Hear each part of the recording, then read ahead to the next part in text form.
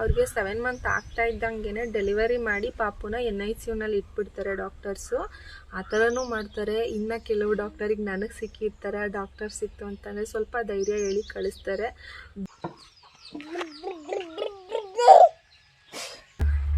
ನಾನು ಅನ್ಕೋತೀನಿ ನಿಮಗೆ ಈ ಬ್ಲಾಗಲ್ಲಿ ತುಂಬ ಇನ್ಫಾರ್ಮೇಷನ್ ಸಿಗುತ್ತೆ ಅಂತ, ಎಸ್ಪೆಷಲಿ ಪ್ರೆಗ್ನೆಂಟ್ ವುಮೆನ್ಗೆ ಇದರಿಂದ.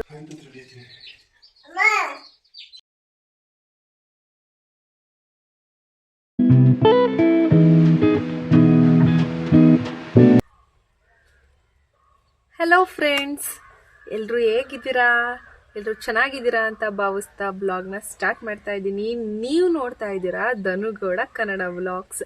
ಇನ್ನು ಯಾರ್ಯಾರೆಲ್ಲ ನಮ್ಮ ಚಾನಲ್ಗೆ ಸಬ್ಸ್ಕ್ರೈಬ್ ಆಗಿಲ್ಲ, ಪ್ಲೀಸ್ ಸಬ್ಸ್ಕ್ರೈಬ್ ಆಗಿ ಸಪೋರ್ಟ್ ಮಾಡಿ.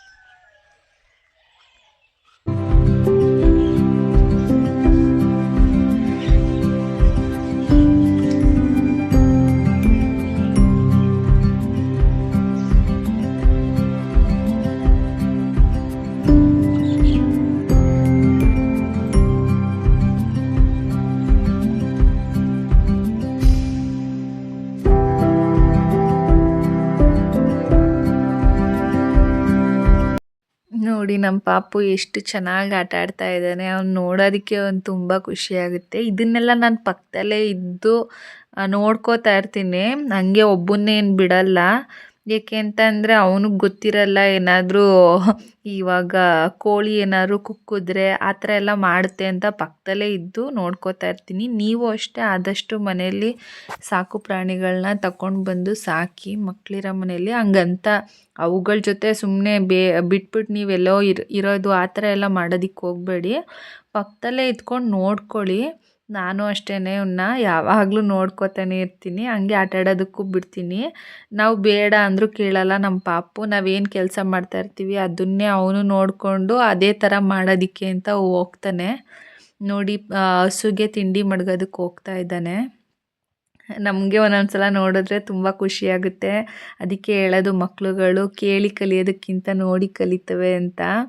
ಇದೇ ಕಾರಣಕ್ಕೆ ಹೇಳೋದು. ನಾವು ಏನು ಹೇಳ್ಕೊಟ್ರು ಅವು ಕಲಿಯಲ್ಲ. ಬಟ್ ನಾವು ಏನು ಮಾಡ್ತಾ ಇರ್ತೀವಿ ಅದನ್ನ ನೋಡಿ ಬೇಗ ಕಲ್ತ್ಕೋತಾರೆ. ಸರಿ ಅಂತ ಅವನು ಬೇಗ ಎದ್ದಿದ್ನಲ್ಲ, ಎಲ್ಲ ಕೆಲಸ ಎಲ್ಲನೂ ಮುಗಿಸಿ ಅವನನ್ನು ತಿನ್ನಿಸಿ ಸ್ನಾನ ಮಾಡಿಸಿ ಮಲಗಿಸ್ದೆ.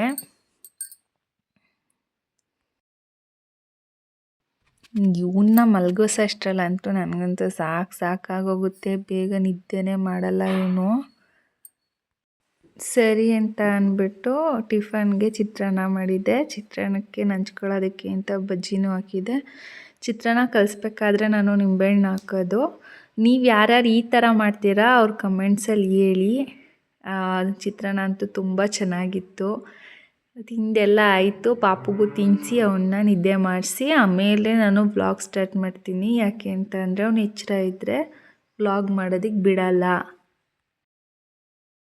ಇವತ್ತೇನು ಟಾಪಿಕ್ ತಗೊಂಡು ಬಂದವರು ಇವರು ಅಂತ ಎಲ್ಲ ಯೋಚನೆ ಮಾಡ್ತಾ ಇದ್ದೀರಾ ಅಲ್ವಾ? ಇವತ್ತು ನಾನು ಒಂದು ಒಳ್ಳೆ ಟಾಪಿಕ್ನೇ ತಗೊಂಡು ಬಂದಿದ್ದೀನಿ.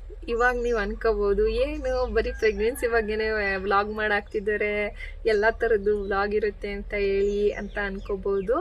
ಆದರೆ ನನಗೆ ಈ ವ್ಲಾಗ್ನ ಏನಕ್ಕೆ ಈ ಟಾಪಿಕ್ ಮೇಲೆ ಮಾಡಿದೆ ಅಂತ ಅಂದರೆ, ಇದು ತುಂಬ ಇಂಪಾರ್ಟೆಂಟ್ ವ್ಲಾಗ್ ಆಗಿರುತ್ತೆ. ಎಷ್ಟು ಜನ ನೋಡ್ತೀರಾ, ಎಷ್ಟು ಜನ ನೋಡಲ್ಲ ಅನ್ನೋದು ನನಗೆ ಗೊತ್ತಿಲ್ಲ. ಬಟ್ ಒಳ್ಳೆ ಇನ್ಫಾರ್ಮೇಷನ್ ಕೊಡಬೇಕು ಅಂತ ನನಗೆ ಅನ್ನಿಸ್ತು. ಯಾಕೆ ಅಂದರೆ ಇದು ನನ್ನ ಎಕ್ಸ್ಪೀರಿಯನ್ಸಿಂದ ನಾನು ಹೇಳ್ತಾ ಇರೋವಂಥದ್ದು. ಯಾವುದನ್ನು ನೆಗ್ಲೆಕ್ಟ್ ಮಾಡೋದಕ್ಕೆ ಹೋಗ್ಬೇಡಿ ಫ್ರೆಂಡ್ಸ್. ನಾನು ಮೇಯ್ನಾಗಿ ಇದೇ ಟಾಪಿಕ್ನ ಏನಕ್ಕೆ ಹೇಳ್ತಾ ಇದ್ದೀನಿ ಅಂತ ಅರ್ಥ ಮಾಡ್ಕೊಳ್ಳಿ. ಯಾಕೆ ಅಂದರೆ ಇದು ನನ್ನ ಓನ್ ಎಕ್ಸ್ಪೀರಿಯನ್ಸಿಂದನೇ ನಾನು ವ್ಲಾಗ್ ಅಪ್ಲೋಡ್ ಮಾಡ್ತಾ ಇರೋದು. ನಿಮ್ಗೆ ಆಲ್ರೆಡಿ ನಾನು ಹಿಂದೆ ವ್ಲಾಗಲ್ಲಿ ಹೇಳಿದ್ದೀನಿ, ನಾನು ಇನ್ಮೇಲೆ ನಾನು ಏನೇ ಒಂದು ವ್ಲಾಗ್ ಹಾಕಿದ್ರು ಅದು ನನ್ನ ಓನ್ ಎಕ್ಸ್ಪೀರಿಯನ್ಸೇ ಆಗಿರುತ್ತೆ ಅಂತ. ಸೊ ಇದು ಕೂಡ ನಂದು ಒಂದು ಎಕ್ಸ್ಪೀರಿಯನ್ಸೇ. ಈಗ ಆಲ್ರೆಡಿ ನೀವು ತಮ್ಮನೇಲಲ್ಲಿ ನೋಡಿರ್ತೀರಾ ಏನಿದು, ಏನು ವಿಷಯ, ಏನು ಅಂತ. BP ಇರೋ ಪೇಷಂಟ್ಗೆಲ್ಲ 7 ಮಂತ್ಗೆ ಡೆಲಿವರಿ ಮಾಡಿಬಿಡ್ತಾರೆ. ಡೆಲಿವರಿ ಮಾಡಿ NICUನಲ್ಲಿ ಪಾಪು ಇರ್ತಾರೆ. ನನ್ನ ಸಿಚುವೇಶನ್ನು ಹಂಗೆ ಆಗಿದ್ದು. 7 ಮಂತ್ಗೆ ನಮಗೆ ಆಲ್ರೆಡಿ ಒಂದು ಕಳ್ಕೊಂಡಿದ್ದೀವಿ ಅಂತ ಅನ್ನೋ ಭಯಕ್ಕೆ ನಾವು 7 ಮಂತ್ಗೆ ಡೆಲಿವರಿ ಮಾಡಿ ನಮಗೆ ಮಿಕ್ಕಿದ್ದೆಲ್ಲ NICUನಲ್ಲೇ ನಮ್ಮ ಪಾಪುನ ಇರಿಸಿ ಅಂತ ನಾವು ಕೇಳ್ಕೊಂಡು. ಬಟ್ ನಮಗೆ ನೋಡ್ತಾ ಇದ್ದೀವಿ ಡಾಕ್ಟರ್ ಹೆಂಗೆ ಅಂತ ಅಂದರೆ ಜಾಸ್ತಿ ನಮಗೆ ಅಷ್ಟೆಲ್ಲ ಕಷ್ಟ ಕೊಡಲಿಲ್ಲ ಪಾಪ ಅವರು.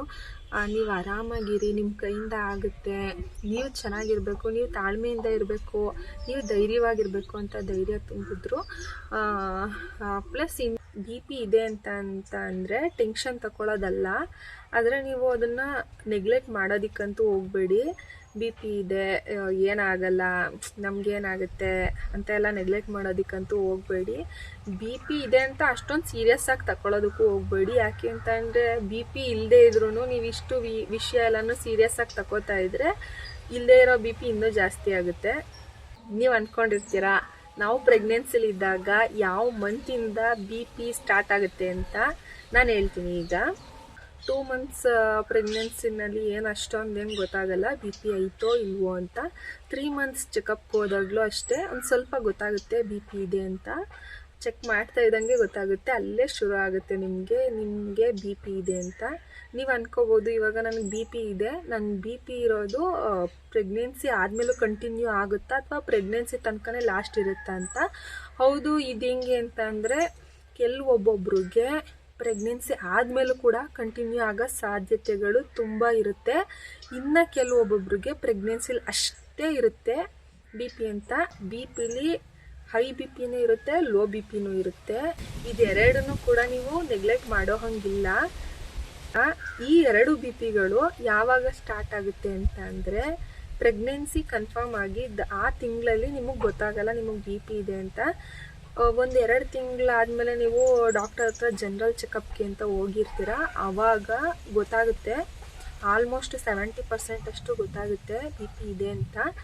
ಒಬ್ಬೊಬ್ರಿಗೆ 3rd ಮಂತಲ್ಲೂ ಬಿ ಪಿ ಇರಲ್ಲ, ಆದರೆ 5th ಮಂತಿಂದ ಬಿ ಪಿ ಸ್ಟಾರ್ಟ್ ಆಗುತ್ತೆ. ನಾವು ಆರಾಮಾಗಿ ಇರ್ತೀವಿ, ನೋಡೋದಕ್ಕೂ ಕೂಡ ಚೆನ್ನಾಗೇ ಇರ್ತೀವಿ, ಚೆನ್ನಾಗಿ ತಿಂತಾ ಇರ್ತೀವಿ, ಏನೂ ಟೆನ್ಷನ್ ಇಲ್ಲ ಅಂತ ಇರ್ತೀವಿ. ಆದರೆ ಡಾಕ್ಟರ್ ಹತ್ರ ಹೋದರೆ ಸಾಕು ನಿಮಗೆ ಬಿ ಪಿ ಇದೆ ಅಂತ ಹೇಳ್ತಾರೆ. ಬಿ ಪಿ ಅದು ಪ್ರೆಗ್ನೆನ್ಸಿ ಅಂತ ಅಂದಮೇಲೆ ಬಂದಿರುತ್ತೆ, ಆದರೆ ಅದನ್ನು ನೆಗ್ಲೆಕ್ಟ್ ಮಾಡೋದಕ್ಕಂತೂ ಆಗಲ್ಲ. ಇರೋ ಬಿ ಪಿನ ಯಾವ ಥರ ಕಂಟ್ರೋಲ್ ಮಾಡ್ಕೋಬೋದು, ಆ ಮೆಥಡಲ್ಲಿ ನಾನು ಯಾವ ಥರ ಕಂಟ್ರೋಲ್ ಮಾಡಿದ್ದೆ ಅದನ್ನು ನಾನು ಇವಾಗ ನಿಮಗೆ ಶೇರ್ ಮಾಡ್ಕೋತೀನಿ. ಆಗ ನೀವು ನನ್ನ ವಿಷಯ ಕೇಳೋದಾದರೆ ನಾನೇನು ಹೇಳ್ತೀನಿ ಅಂತ ಅಂದರೆ, ನನ್ನದು ಇದು 2ನೇ ಪ್ರೆಗ್ನೆನ್ಸಿ ಅಂತ ಅಂದರೆ ನನಗೆ ಬಿ ಪಿನೇ ಇದ್ದಿದ್ದು. ಅಂದರೆ ನನ್ನ ಪ್ರೆಗ್ನೆನ್ಸಿ ಕನ್ಫರ್ಮ್ ಆಯಿತು, ಒಂದು 3 ತಿಂಗಳಾಗಿದ್ದ ತಕ್ಷಣವೇ ನನಗೆ ಬಿ ಪಿ ಸ್ಟಾರ್ಟ್ ಆಯಿತು. ಈ ಬಿ ಪಿ ಎಲ್ಲಿ ತನಕ ಇರುತ್ತೆ ಅಂತ ಅಂದರೆ ನನ್ನ ಪ್ರೆಗ್ನೆನ್ಸಿ ಮುಗಿಯೋ ತನಕನೂ ಇತ್ತು. ಇವಾಗ ನನಗೆ ಬಿ ಪಿ ಎಲ್ಲ ಇಲ್ಲ, ನಾನು ಚೆನ್ನಾಗಿದ್ದೀನಿ, ಆರಾಮಾಗಿದ್ದೀನಿ. ನಿಮಗೂ ಏನು ಹೇಳ್ತೀನಿ ಅಂತ ಅಂದರೆ ಈಗ ಬಿ ಪಿ ಇದೆ ಅಂತ ಅಂದ್ಬಿಟ್ಟು ತುಂಬ ಟೆನ್ಷನ್ ತಗೊಳ್ಳೋದಕ್ಕೆ ಹೋಗಬೇಡಿ, ಹಂಗಂತ ನೆಗ್ಲೆಕ್ಟ್ ಕೂಡ ಮಾಡೋದಕ್ಕೆ ಹೋಗಬೇಡಿ. ಬಿ ಪಿ ಇದು ಪ್ರೆಗ್ನೆನ್ಸಿ ಮುಗಿಯೋ ತನಕ ಇದ್ದೇ ಇರುತ್ತೆ, ಇದು ಕಾಮನ್ನು. ನೀವು ಏನು ಕಾನ್ಸಂಟ್ರೇಷನ್ ಮಾಡಬೇಕು, ಯಾವ ಥರ ಈ ಬಿ ಪಿನ ನೀವು ಕಂಟ್ರೋಲ್ ಮಾಡ್ಬೋದು ಅಂತ ನಾನು ಮೊದಲು ತಿನ್ನೋ ಐಟಮ್ಸಿಂದ ಯಾವ ಥರ ಕಡಿಮೆ ಮಾಡೋದು ಅಂತ ಅಂದರೆ, ಮೊದಲು ಸಾಲ್ಟ್ ಹಾಕಿರೋ ಐಟಮ್ಸ್ ಎಲ್ಲನೂ ಬಿಟ್ಬಿಡಿ. ಐ ಬಿ ಪಿ ಇರೋರು, ಲೋ ಬಿ ಪಿ ಇರೋರು ಸ್ವಲ್ಪ ಸಾಲ್ಟ್ನ ಹೆಚ್ಚಿಗೆ ತಿನ್ನೋದಕ್ಕೆ ಸ್ಟಾರ್ಟ್ ಮಾಡಿ. ಆವಾಗ ಉಪ್ಪಿನಕಾಯಿ ತಿನ್ನಬೇಕು ಅಂತ ಬೈಕೆ ಇದ್ರೂ ತಿನ್ನೋದಕ್ಕಂತೂ ಹೋಗಬೇಡಿ ಪ್ರೆಗ್ನೆನ್ಸಿ ಮುಗಿಯೋ ತನಕ. ಮತ್ತು ಈ ಕರ್ದಿರೋ ಐಟಮ್ಸ್ ಅಂತ ಹೇಳ್ತಾರಲ್ಲ, ಬೇಕ್ರಿ ಐಟಮ್ಸು ಅಥವಾ ಎಣ್ಣೆಲಿ ಕರ್ದಿರೋ ಐಟಮ್ಸ್ನ ತಿನ್ನೋದನ್ನು ಸ್ಟಾಪ್ ಮಾಡಿಬಿಡಿ. ನೆಕ್ಸ್ಟ್ ಈಗ ಲೋ ಬಿ ಪಿ ಅವ್ರಿಗೆ ಬಂತು ಅಂತಂದರೆ ಸ್ವಲ್ಪ ಸಾಲ್ಟ್ನ, ಹೈ ಬಿ ಪಿ ಇರಲಿ ಲೋ ಬಿ ಪಿ ಇರಲಿ, ಮೊದಲು ಟೆನ್ಷನ್ ತಗೊಳ್ಳೋದನ್ನು ಬಿಟ್ಬಿಡಿ. ನಿಮ್ಮ ಡಾಕ್ಟರು ನಿಮಗೆ ಬಿ ಪಿ ಇದೆ, ಹೈ ಬಿ ಪಿ ಇದೆ ಅಥವಾ ಲೋ ಬಿ ಪಿ ಇದೆ ಅಂತ ಅಂದರೆ ಅವ್ರು ಟ್ಯಾಬ್ಲೆಟ್ಸ್ ಕೊಡೋದಕ್ಕೆ ಸ್ಟಾರ್ಟ್ ಮಾಡ್ತಾರೆ. ಮರೀದಾನೆ ಆ ಟ್ಯಾಬ್ಲೆಟ್ನ ನಿಮ್ಮ ಮೊಬೈಲಲ್ಲಿ ಅಲಾರಾಮ್ ಕೊಟ್ಟು ಆ ಟೈಮ್ ಟು ಟೈಮ್ ನೀವು ಟ್ಯಾಬ್ಲೆಟ್ನ ನುಂಗೋದಕ್ಕೆ ಸ್ಟಾರ್ಟ್ ಮಾಡಲೇಬೇಕು. ನೆಗ್ಲೆಕ್ಟ್ ಅಂತೂ ಮಾಡೋದಕ್ಕೆ ಹೋಗ್ಬಿಡಿ. ಅಯ್ಯೋ ಇವತ್ತು ಖಾಲಿ ಆಗೈತೆ, ಅಯ್ಯೋ ನಾಳಿಗೆ ನುಂಗೋಣ, ನಾಡಿದ್ದು ನುಂಗೋಣ, ಏನೂ ಆಗಲ್ಲ, ಈ ವಾರ ನುಂಗದೇ ಇದ್ರೆ ಏನೂ ಆಗಲ್ಲ, ಆ ಥರ ಎಲ್ಲ ನೆಗ್ಲೆಕ್ಟ್ ಮಾಡೋದಕ್ಕೆ ಕಾರಣಕ್ಕೂ ನೀವು ಬೇಕಾದರೆ ಊಟ ಬೇಕಾದ್ರೂ ಬಿಟ್ಬಿಡಿ, ಆದರೆ ಮಾತ್ರ ನಿಲ್ಸೋದಕ್ಕೆ ಹೋಗಬೇಡಿ. ಹಿಂಗಾದ್ರೂ ಸರಿ ಇವತ್ತು ಒಂದು ಸ್ವಲ್ಪ ಹೊತ್ತು ರೆಸ್ಟ್ ಮಾಡಿ, ಕೂಲಾಗಿರಿ, ಆದಷ್ಟು ಕೂಲಾಗಿರಿ. ಯಾವುದಾದ್ರೂ ವಿಷಯಗಳು ತುಂಬ ಟೆನ್ಷನ್ ತಗೋಬೇಕು ಅಂತ ಇರೋ ತಲೆ ಕೆಡಿಸ್ಕೊಳ್ಳೋದಕ್ಕೆ ಹೋಗಬೇಡಿ. ನಾವು ಇಲ್ಲದೇ ಇರಲಿ, ಅದು ಹೆಂಗೆ ನಡಿಬೇಕೋ ಹಂಗೆ ನಡೀತಾನೆ ಇರುತ್ತೆ ಜೀವನ. ಯಾವುದಕ್ಕೂ ತಲೆ ಕೆಡಿಸ್ಕೊಳ್ಳೋದಕ್ಕೆ ಹೋಗಬೇಡಿ. ಆರಾಮಾಗಿ ಹ್ಯಾಪಿಯಾಗಿ ಒಳ್ಳೊಳ್ಳೆ ಕಾಮಿಡಿಗಳು ನೋಡಿ ಖುಷಿಯಾಗಿರಿ. ಮಾರ್ನಿಂಗ್ ಎದ್ದ ತಕ್ಷಣ ಮೆಡಿಟೇಷನ್ ಮಾಡಿ, ನೀವು ಕಣ್ಣು ಮುಚ್ಚಿದ್ರೆ ಸಾಕು ನಿಮ್ಮ ಪಾಪು ಮುಖ ಕಾಣಿಸ್ತಾ ಇರಬೇಕು. ಇಮ್ಯಾಜಿನ್ ಮಾಡ್ಕೊಳ್ಳಿ ಫುಲ್ಲು ನಮ್ಮ ಪಾಪು ಯಾವ ಥರ ಇದೆ, ಹೆಂಗಿದೆ, ಯಾವ ಥರ ಹುಡ್ತಾರೆ, ಯಾವ ಪಾಪು ಆಗುತ್ತೆ ಅಂತ ಫುಲ್ ಕ್ಯೂರಿಯಾಸಿಟಿಯಾಗಿ ಕಾಯ್ತಾ ಇರಿ. ಆದಷ್ಟು ಪಾಪು ಮೇಲೆ ವರ್ಷನ್ ಆಗುತ್ತೆ ಅಂತ ಇದ್ದರೆ ಆ ವಿಷಯಗಳನ್ನ ಯೋಚನೆ ಮಾಡೋದನ್ನೇ ಬಿಟ್ಬಿಡಿ. ಬಿಟ್ಟಾಕಿ. ನಿಮ್ಮ ಮಗುಗಿಂತ ಏನು ಹೆಚ್ಚಲ್ಲ ಇದು ಟೆನ್ಷನ್ ಎಲ್ಲ. ನಿಮಗೆ ಮೇಯ್ನಾಗಿ ನಿಮ್ಮ ಮಗು ಹೆಚ್ಚು ಅನ್ನೋದು ನಿಮ್ಮ ತಲೆಯಲ್ಲಿ ಇರಬೇಕು. ಮೇಯ್ನಾಗಿ ಆ ಟೆನ್ಷನ್ಗಳೆಲ್ಲ, ಯೋಚನೆಗಳೆಲ್ಲ ಅವು ಯಾವತ್ತಿದ್ರೂ ಕ್ಲಿಯರ್ ಮಾಡ್ಕೋಬೋದು. ನೀವು ಕೇಳ್ಬೋದು, ಈಗ ನನಗೆ BP ಇದೆ, ಇದರಿಂದ ಮಗುಗೇನಾದರೂ ತೊಂದರೆ ಆಗುತ್ತಾ ಅಂತ ನೀವು ಕೇಳ್ಬೋದು. ಹೌದು, BP ಇದೆ, ಆದರೆ ಇದು ನಾನು ಯಾವ ಥರ ಹೇಳ್ಬೇಕು ಅನ್ನೋದು ನನಗೆ ಗೊತ್ತಾಗ್ತಾ ಇಲ್ಲ. ಈಗ ನಾನು ಹೇಳಿದ್ರೆ ನೀವು ತುಂಬ ಟೆನ್ಷನ್ನು ತಗೋಬೋದು. ಆದರೆ ಇದನ್ನು ನೀವು ಟೆನ್ಷನ್ ತಗೊಳ್ಳೋದು ಅನ್ನೋದಕ್ಕಿಂತ ಇದನ್ನು ಪಾಸಿಟಿವ್ ಆಗಿ ಥಿಂಕ್ ಮಾಡಿ.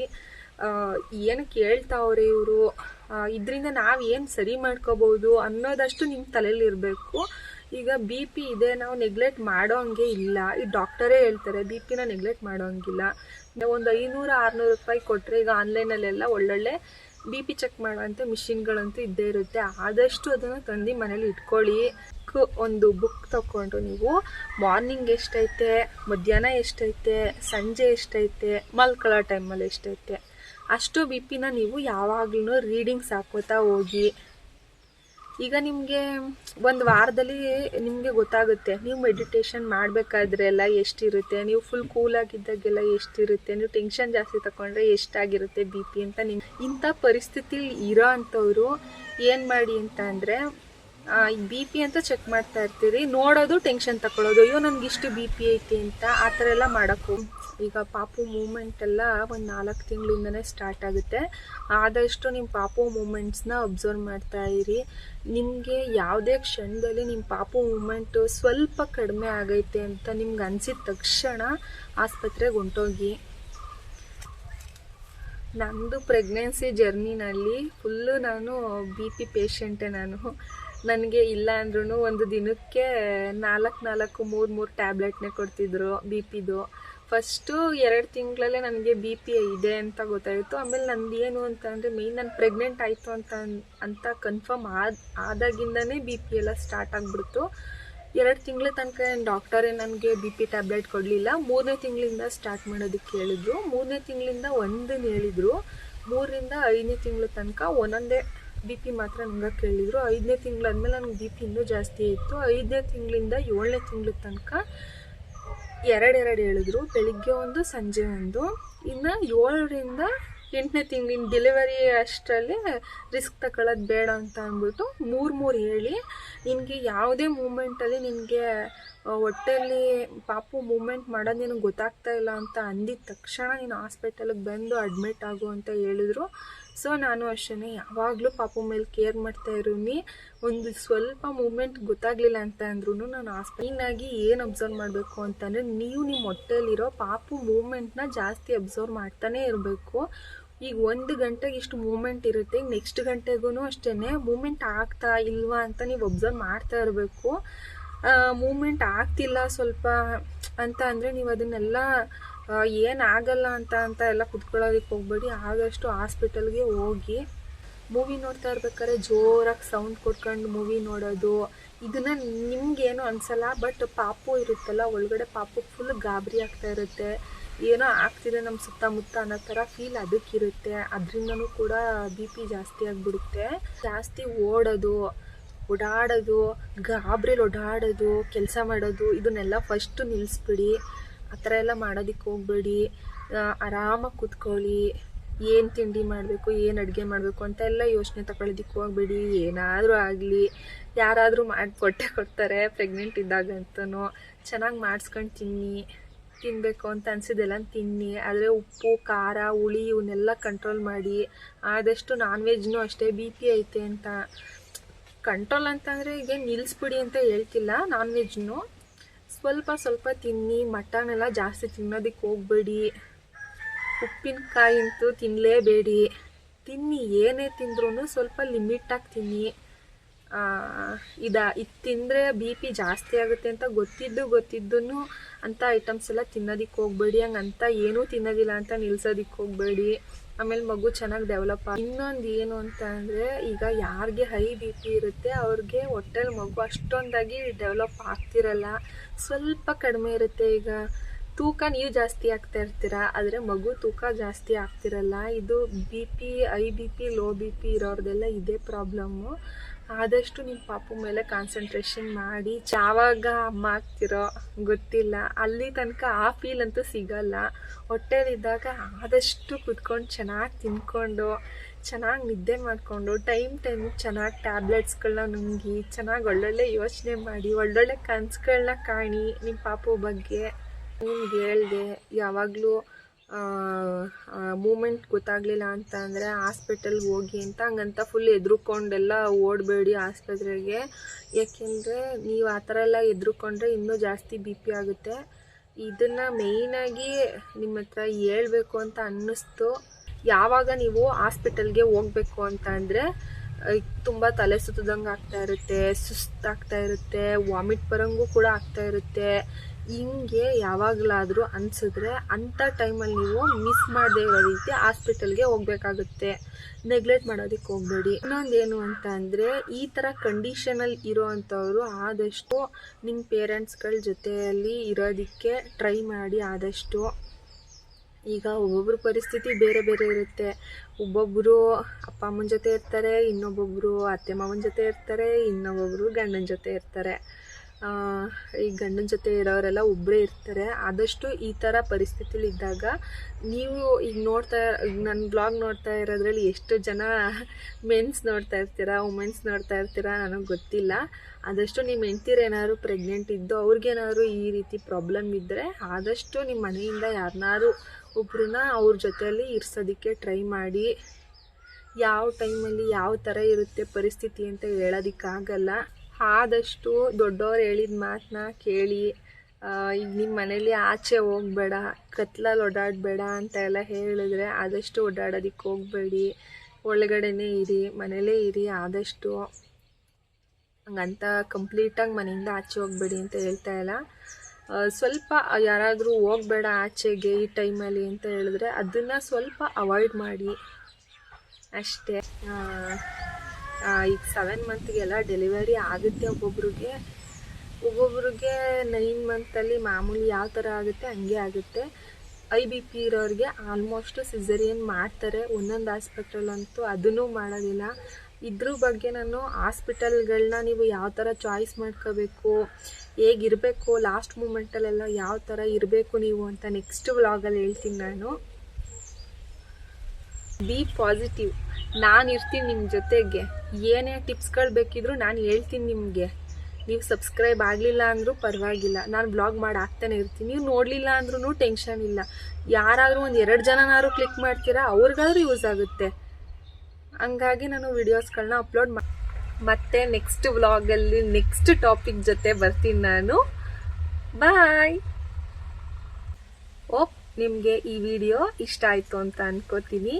ಇಷ್ಟ ಆಗಿದ್ರೆ ಲೈಕ್ ಮಾಡಿ, ಶೇರ್ ಮಾಡಿ, ಕಮೆಂಟ್ಸ್ ಮಾಡಿ. ನಿಮ್ಮ ಅನಿಸಿಕೆಗಳನ್ನ ಕಮೆಂಟ್ಸ್ ಮೂಲಕ ನಮಗೂ ತಿಳಿಸಿ.